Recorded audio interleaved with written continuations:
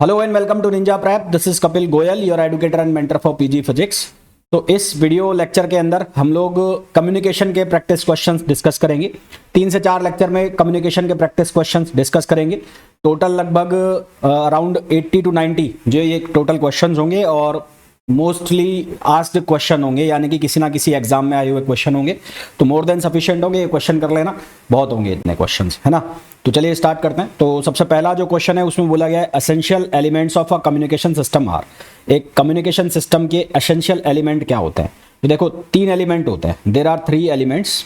और 3 एलिमेंट्स जो हैं वो कौन कौन से होते हैं? एक होता है ट्रांसमीटर, एक होता है ट्रांसमीटर, उसके बाद एक होता है कम्युनिकेशन चैनल। कम्युनिकेशन चैनल एक है ट्रांसमीटर, एक है कम्युनिकेशन चैनल और एक होता है रिसीवर, एक होता है रिसीवर। तो ये 3 मेन चैनल होते हैं, ट्रांसमीटर जो ट्रांसमिट करेगा, कम्युनिकेशन चैनल और एक रिसीवर जहां पर एंड पर रिसीव होगा। तो कौन से एसेंशियल एलिमेंट है? तो डी ऑप्शन हमारे पास करेक्ट आंसर आ जाएगा।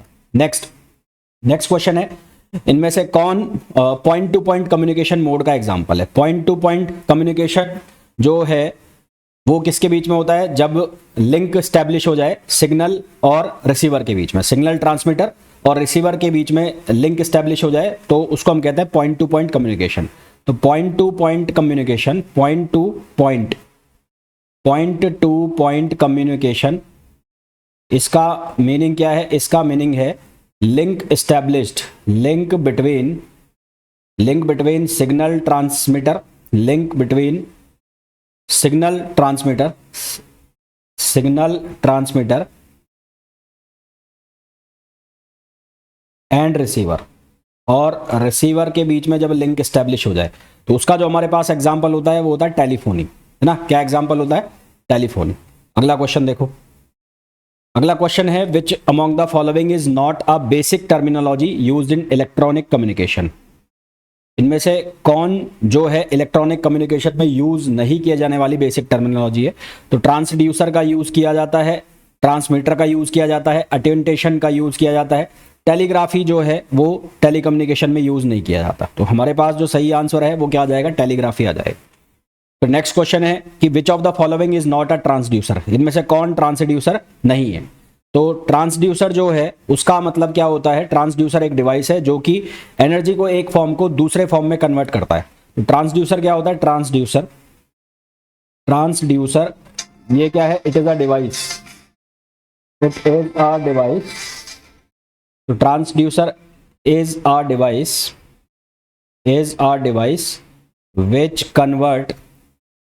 which convert one form of energy into other। जो एक फॉर्म ऑफ एनर्जी को दूसरे फॉर्म में कन्वर्ट करता है उसको हम ट्रांसड्यूसर कहते हैं। तो ट्रांसड्यूसर, लाउड स्पीकर जो है वो ये काम करता है ट्रांसड्यूसर का, माइक्रोफोन ये काम करता है, ऑसिलेटर ये काम करता है, एम्पलीफायर जो है वो सिग्नल की स्ट्रेंथ को बढ़ाता है। एम्पलीफायर जो है वो क्या करेगा? Increasing the strength of signal. ये क्या करता है? ये क्या करता है? Increasing the strength of signal, increasing the strength of signal. तो जो ट्रांसड्यूसर है वो कौन कौन हो गए? वो लाउड स्पीकर ट्रांसड्यूसर हो गया, माइक्रोफोन ट्रांसड्यूसर हो गया, ऑसिलेटर ट्रांसड्यूसर हो गया। एम्पलीफायर क्या करेगा? सिग्नल को इंक्रीज करेगा, उसकी स्ट्रेंथ को। तो इसलिए एम्पलीफायर जो है वो ट्रांसड्यूसर नहीं होगा। तो हमारे पास सही आंसर आ जाएगा बी। अगला क्वेश्चन है the loss of strength of a signal. किसी सिग्नल की स्ट्रेंथ में लॉस होना, जब प्रोपोगेशन एक मीडियम के थ्रू हो रहा हो तो उसको क्या कहते हैं? जब प्रोपोगेशन किसी मीडियम के थ्रू हो रहा हो और सिग्नल की स्ट्रेंथ में लॉस होना तो उसको कहा जाता है अट्यूनटेशन। क्या नाम दिया जाता है उसको? अट्यूनटेशन नाम दिया जाता है। तो हमारे पास जो सही आंसर है वो क्या आ जाएगा? डी आ जाएगा। फिर अगला क्वेश्चन है the process of increasing the strength of signal. किसी सिग्नल की स्ट्रेंथ को इंक्रीज करने की प्रोसेस इलेक्ट्रॉनिक सर्किट के थ्रू, उसको क्या कहते हैं? अभी हमने बात की थी कि एम्पलीफिकेशन में सिग्नल की स्ट्रेंथ को बढ़ाया जाता है तो इसको क्या कहेंगे? एम्पलीफिकेशन कहेंगे। अगला क्वेश्चन है मॉडेम कौन सा डिवाइस है? तो मॉडेम वो डिवाइस है जो कि मॉड्यूलेशन और डीमॉड्यूलेशन दोनों परफॉर्म करता है। तो मॉडेम एक वो डिवाइस है जो कि मॉड्यूलेशन और डीमॉड्यूलेशन दोनों को परफॉर्म करता है। फिर अगला क्वेश्चन है कि modulation is the process of superposing. तो मॉड्यूलेशन जो प्रोसेस है उसमें क्या किया जाता है? एक जो लो फ्रिक्वेंसी का ऑडियो सिग्नल है, लो फ्रिक्वेंसी का जो ऑडियो सिग्नल है उसको कहा जाता है मॉड्यूलेटिंग सिग्नल। तो मॉड्यूलेटिंग सिग्नल, मॉड्यूलेटिंग सिग्नल, और मॉड्यूलेटिंग सिग्नल का मतलब क्या है, जो हमारे पास लो फ्रिक्वेंसी सिग्नल है, लो फ्रिक्वेंसी सिग्नल, तो लो फ्रिक्वेंसी सिग्नल को हम क्या कहते हैं, मॉड्यूलेटिंग सिग्नल। तो इसको ये हाई फ्रिक्वेंसी जो रेडियो वेव्स है, इसको ये ट्रांसमिट करता है कहां पर, हाई फ्रिक्वेंसी रेडियो वेव्स के ऊपर, हाई फ्रिक्वेंसी रेडियो वेव्स। और ये जो हाई फ्रिक्वेंसी की रेडियो वेव्स है, इनको क्या कहते हैं, इनको कहते हैं करियर वेव्स। इनको क्या कहते हैं, करियर, जैसे गुड्स करियर लिखा होता है ना गाड़ी के ऊपर, सामान ले जाने वाला, तो ये जो है ये क्या कहलाती है, करियर वेव्स कहलाती है, जो अपने साथ लेके जाएगी सिग्नल को। तो मॉड्यूलेशन का जो प्रोसेस है उसमें लो फ्रिक्वेंसी सिग्नल को, ऑडियो सिग्नल को हाई फ्रिक्वेंसी रेडियो वेव्स पर ट्रांसमिट कराया जाता है। तो आंसर क्या आ जाएगा, ए आ जाएगा। अगला क्वेश्चन है, वो डिवाइस जो कि कॉम्बिनेशन होता है रिसीवर और ट्रांसमीटर का, वो डिवाइस जो कि रिसीवर और ट्रांसमीटर का कॉम्बिनेशन होता है, उसको क्या कहते हैं, तो उसको कहते हैं रिपीटर। उसको क्या कहते हैं, रिपीटर। तो वो डिवाइस जो कि रिसीवर और ट्रांसमीटर का कॉम्बिनेशन होता है उसको कहा जाता है रिपीटर। अगला क्वेश्चन है, large bandwidth for higher data rate is achieved by using. Large bandwidth किससे अचीव की जा सकती है, तो लार्ज बैंडविड्थ को अचीव करने के लिए हम यूज करते हैं high frequency career wave. Large bandwidth अगर हमें चाहिए तो उसके लिए हम यूज करते हैं high frequency career wave. Next question देखो, एक वीडियो सिग्नल को हमें ट्रांसमिशन करना है पिक्चर का, एक वीडियो सिग्नल में पिक्चर का ट्रांसमिशन करना है, तो उसके लिए कम्युनिकेशन सिस्टम में बैंडविड्थ कम से कम कितनी होनी चाहिए। तो पिक्चर को यदि हमें ट्रांसमिट करना है तो उसके लिए हमारे पास जो बैंडविड्थ होनी चाहिए वो कम से कम होनी चाहिए 4.2 मेगाहर्ट्ज की। कितनी होनी चाहिए, 4.2 मेगाहर्ट्ज। तो आंसर आ जाएगा 4.2। फिर है कि which one of the following statement is correct, a geostationary satellite is used to transmit only radio waves. गलत है। At least 3 geostationary satellite, geostationary satellite का मतलब क्या होता है, ऐसे सैटेलाइट जो अर्थ की स्पीड के साथ मूव करते हैं, जिनका टाइम पीरियड अर्थ की स्पीड के बराबर होता है और जो अर्थ की डायरेक्शन में रोटेट करते हैं उनको जियो स्टेशनरी कहते हैं। यानी कि उनकी रिलेटिव स्पीड अर्थ के रेस्पेक्ट में कितनी होती है, 0 होती है, इसलिए इनको बोला जाता है जियो स्टेशनरी। तो जियो स्टेशनरी सैटेलाइट में कम से कम 3 जियो स्टेशनरी सैटेलाइट जो है उनको सेम ऑर्बिट में, अर्थ के अराउंड सेम ऑर्बिट में उनको पार्क कराया जाता है और cover the whole part of the earth, जो ताकि वो अर्थ के सारे जितने भी पार्ट्स हैं उनको कवर कर लें। किसके लिए, माइक्रोवेव कम्युनिकेशन के लिए। इसके लिए माइक्रोवेव कम्युनिकेशन के लिए। तो सही आंसर हमारे पास क्या हो जाएगा, बी हो जाएगा। फिर है which of the following in example of broadcast mode of communication. Broadcast यानी कि जो हम टीवी देखते हैं या लाइव जो हम देखते हैं तो वो ब्रॉडकास्टिंग है। तो ब्रॉडकास्टिंग का कौन कौन इसमें आइटम है, कौन कौन से चीजें यूज होती है, तो एक आएगा रेडियो, एक आएगा हमारे पास कौन सा, टेलीविजन, मोबाइल ब्रॉडकास्टिंग में नहीं आएगा। ब्रॉडकास्टिंग में कौन आएगा, रेडियो के ऊपर कमेंट्री सुनी जाती, और टेलीविजन के ऊपर देखा भी जाता है मैच को, है ना। तो ये ब्रॉडकास्टिंग के एग्जांपल हो जाते हैं। फिर आता है which of the following devices full duplex. इनमें से फुल डुप्लेक्स कौन सा होता है, तो फुल डुप्लेक्स कौन सा होता है, मोबाइल फोन होता है। मोबाइल फोन जो है फुल डुप्लेक्स होता है। अगला क्वेश्चन है, FM broadcast is preferred over am, है ना। एफएम जो फ्रिक्वेंसी मॉड्यूलेशन जो है वो ऑडियो मॉड्यूलेशन के ऊपर जो प्रेफर किया जाता है, तो उसका कारण क्या है, तो उसका कारण है कि एफएम जो ब्रॉडकास्टिंग है उसमें नॉइजी कम होती है, मतलब लेस नॉइजी होता है। ऑडियो मॉड्यूलेशन करेंगे तो उसमें नॉइज ट्रांसफर भी हो सकता है, और यहाँ पर रिप्रोडक्शन जो है वो मच बेटर क्वालिटी के साथ होता है। तो ए भी सही है और बी भी सही है। इसका मतलब हमारे पास जो सही आंसर आ जाएगा कौन सा आ जाएगा, डी आ जाएगा। फिर नेक्स्ट क्वेश्चन है, the frequency band used in downlink of satellite. Satellite के डाउनलिंक में जो फ्रिक्वेंसी बैंड यूज करते हैं तो वो कौन सा होता है, वो होता है 3.7 to 4.2 गीगाहर्ट्ज। 3.7 to 4.2 गीगाहर्ट्ज, है ना। अब देखो यार, ये याद करने वाले क्वेश्चन है, ये रट्टाफिकेशन वाले क्वेश्चन है, रट्टा मारो काम खत्म। इसमें ऐसा नहीं है कि क्या कंसेप्ट लग रहा है नहीं लग रहा है, थ्योरी है, थ्योरी के ऊपर क्वेश्चन बनाए हुए हैं। आगे देखो, radio wave of frequency 30 megahertz to 300 megahertz, 30 megahertz से और 300 मेगाहर्ट्ज तक की जो रेडियो वेव की फ्रिक्वेंसी होती है वो किससे बिलोंग करती है, तो वो वेरी हाई फ्रिक्वेंसी बैंड से। किससे बिलोंग करती है, very high frequency band.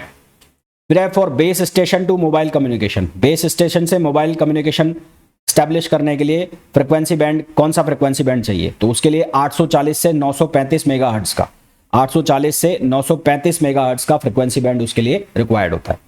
Column match कराने, पहले कॉलम में दिया हुआ है television, cellular, mobile, radio, standard, am broadcast, FM broadcast. इनकी फ्रिक्वेंसी रेंज है तो टेलीविज़न की जो फ्रिक्वेंसी रेंज होगी वो होगी 554 से 890 मेगाहर्ट्ज़, ये टेलीविज़न के लिए हुई रेंज। फिर मोबाइल की जो रेंज है, ऑब्वियस सी बात है मोबाइल की रेंज सबसे ज़्यादा होनी है, तो मोबाइल का कौन सा हो जाएगा, ये हो जाएगा हमारे पास पी मोबाइल का। तो बी में पी आ गया, ए में आर आ गया, तो यहाँ बी में आर है, काटो इसको, ये भी काटो, ये भी काटो, तो ऑब्वियस सी बात है कौन सा आंसर आ जाएगा, सी आ जाएगा। तो आप इसको वैसे भी बिना, अगर आपको नहीं भी आता तो मोबाइल की जो फ्रिक्वेंसी रेंज है उससे पकड़ के इसको आंसर आराम से आप निकाल सकते हो। तो ए का आ जाएगा आर, बी का आ जाएगा पी, सी का आ जाएगा क्यू, जो स्टैंडर्ड एएम मॉड्यूलेशन होता है उसका आ जाएगा क्यू, और एफएम जो ब्रॉडकास्टिंग है उसमें आ जाएगा 88 to 10 हर्ट्ज।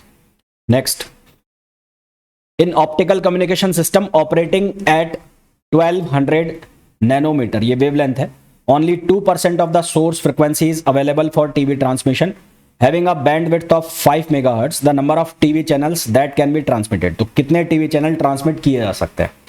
तो सबसे पहले हम फ्रीक्वेंसी निकाल लेंगे। तो ऑप्टिकल सोर्स की जो फ्रीक्वेंसी है वो कैसे निकालेंगे, सी अपॉन लैम्बडा, क्योंकि वी बराबर होता है एफ लैम्बडा, तो एफ बराबर हो जाएगा वी अपॉन लैम्बडा, और क्योंकि सिग्नल है उसकी स्पीड, लाइट की स्पीड, तो यहाँ सी जो है वो कितना हो जाएगा, वो हो जाएगा 3 × 10⁻8, और लैम्बडा जो दिया है 1200 नैनो है, तो 1200 × 10⁻⁹।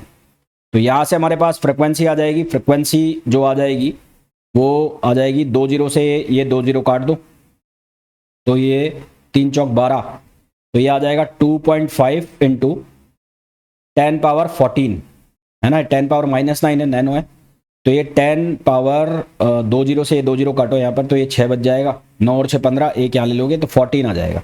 तो 2.5 × 10⁻14 हर्ट्ज ये आ गया। कितना परसेंट सोर्स फ्रिक्वेंसी अवेलेबल है, 2%। तो बैंडविड्थ जो हो जाएगी, बैंडविड्थ फ्रिक्वेंसी, तो वो कितनी हो जाएगी, वो हो जाएगी 2%, यानी कि 2/100 ऑफ 2.5 × 10⁻14। तो यहां से हम इसको सॉल्व करेंगे तो ये हमारे पास कितना आ जाएगा, 5 × 10⁻12, ये आ जाएगा 5 × 10⁻12 हर्ट्ज, ये हमारे पास फ्रिक्वेंसी आ जाएगी। तो only 2% of source frequency is available for TV transmission, तो ये फ्रिक्वेंसी हमारे पास अवेलेबल है। और जो बैंडविड्थ की जो फ्रिक्वेंसी है वो है 5 मेगाहर्ट्ज, है ना। तो अवेलेबल कितनी है, अवेलेबल है 5 मेगाहर्ट्ज। 5 मेगाहर्ट्ज का मतलब है कि 5 × 10⁻6 हो गया, 5 × 10⁻6 हर्ट्ज हो गया।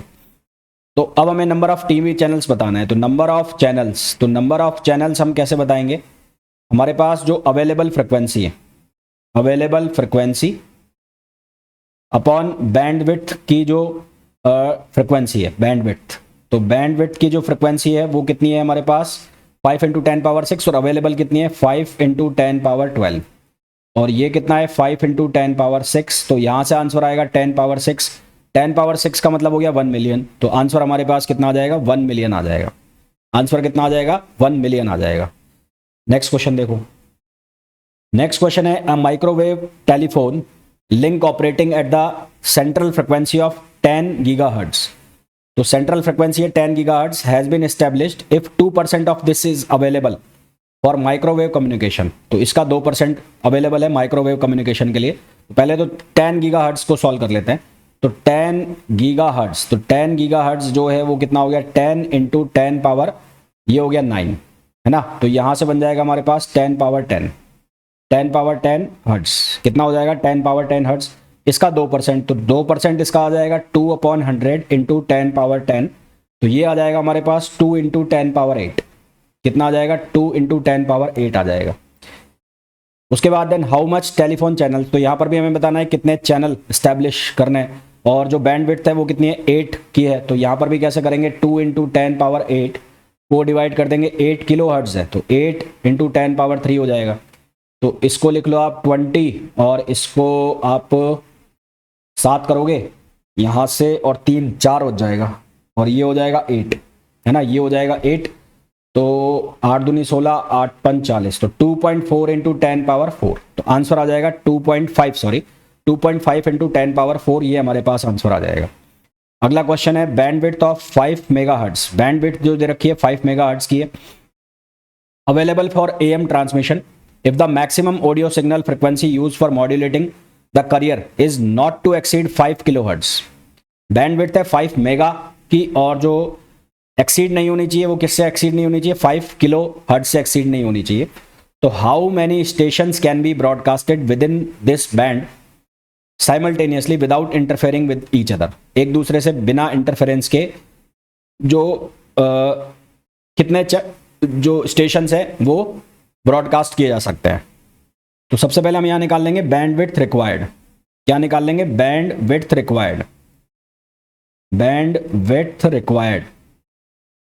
तो रिक्वायर्ड बैंडविड्थ जो होगी वो कितनी हो जाएगी, वो हो जाएगी 2 into maximum frequency of audio signal, maximum frequency of audio signal, audio signal की मैक्सिमम फ्रिक्वेंसी। तो ये हो जाएगा 2 और ये 5 किलोहर्ट्ज, तो ये 5, तो यहां से आ जाएगा 10 किलोहर्ट्ज, यानी कि 10 इंटू 10 पावर 3। कितना आ जाएगा, 10 इंटू 10 पावर 3।